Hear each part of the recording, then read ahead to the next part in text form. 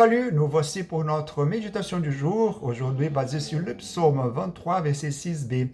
Et j'habiterai dans la maison de l'Éternel pour toujours. Les psaumes sont remplis du désir de demeurer en présence de Dieu dans sa maison. Dans le psaume 27, verset 4, David déclare « Je demande à l'Éternel une chose que je désire ardemment. Je voudrais habiter toute ma vie dans la maison de l'Éternel pour contempler la magnificence de l'Éternel et pour admirer son temple. » Ce désir de vivre avec Dieu dans sa maison conclut le psaume 23. Loin d'être une sentimentalité creuse, le désir de David était alimenté par une théologie robuste, par sa compréhension du caractère de Dieu ainsi que de ses desseins et de ses promesses pour son peuple. En effet, une telle espérance de vivre avec Dieu a été révélée par Dieu lui-même. Après la traversée de la mer Rouge dans Exode 15, 13 et 17, Moïse a conduit le peuple dans un champ qui enseignait que l'Éternel conduirait le peuple qu'il l'avait racheté, le guidant vers sa sainte demeure, les sanctuaires établis par ses mains. Israël avait été racheté pour habiter avec Dieu. David a compris que son désir d'habiter avec Dieu était dérisoire en comparaison avec les ailes du Seigneur qui a dit dans Exode 25, 8 « Ils me feront un sanctuaire et j'habiterai au milieu d'eux. » Le temple de Salomon sur le mention a servi de symbole pour le but ultime de Dieu de demeurer avec son peuple. Dans le psaume 23, David exprime l'espoir de demeurer avec Dieu de deux manières. Premièrement, la maison de Dieu est décrite comme la fin du voyage pour son peuple. En utilisant l'image des bergers de l'Exode lui-même, David dépeint le Seigneur comme son berger tout au long de cette vie. L'imagerie se transforme en celle de l'hospitalité à mesure que le voyage culmine en arrivée. Le berger devient l'hôte.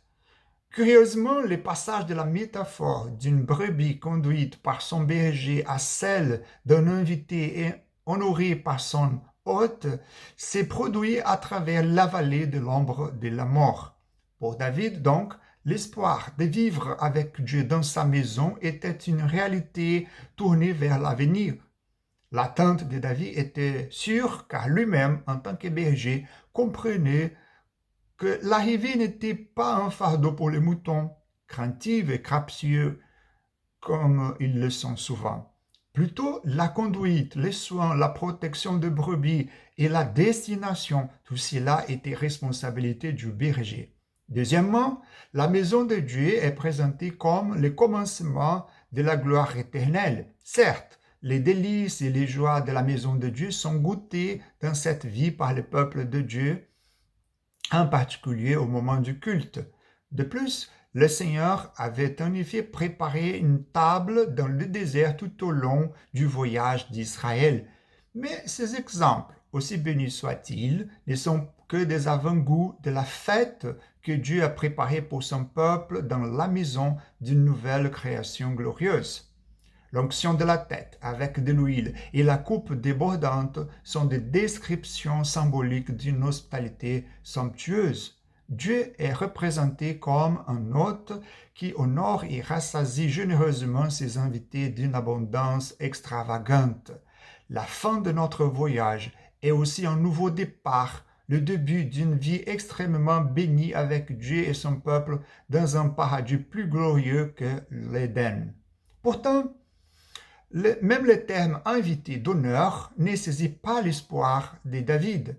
Une telle hospitalité somptueuse est donnée plutôt aux fils et filles, grâce à l'œuvre expiatoire de Jésus-Christ, des pécheurs comme nous peuvent devenir des enfants de Dieu. La fin de notre voyage est le début de l'éternité, sans vraiment l'arrivée à la maison. Et même la maison de Dieu fait défaut jusqu'à ce que tous ses enfants soient arrivés à la maison. Conduit par Jésus-Christ, le bon berger qui a donné sa vie pour ce brebis, le peuple de Dieu entrera en effet dans ses portes avec action de grâce et dans ses parvis avec louange. Que Dieu vous bénisse.